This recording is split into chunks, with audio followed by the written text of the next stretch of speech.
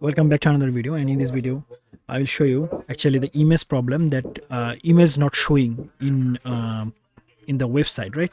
So the problem is sometimes actually the image actually want to add, somehow actually it remove from the destination folder. Let's say my image in the documents folder, right?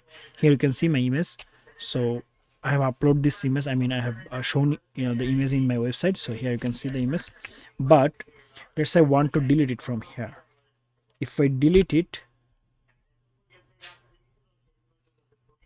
okay, if I delete it now, if I refresh, now you can see there is no image, right? So make sure that your image is here, and if I refresh, now you can see the image is here. But sometimes let's say I want to move this image in the new folder. So I will say here new folder.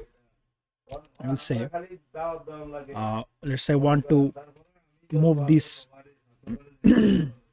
image from here to this folder. So I want to change the folder name. Let's say img image. So here you can see my image is now in the new folder. If I refresh, now you can see there is no image because I have set here the image name only. So I have to set the folder also. So this is the folder, right? Image folder, and then our image file. If I refresh, now you can see the image. So make sure that everything is all right. Without this there is no problem actually to not showing the image.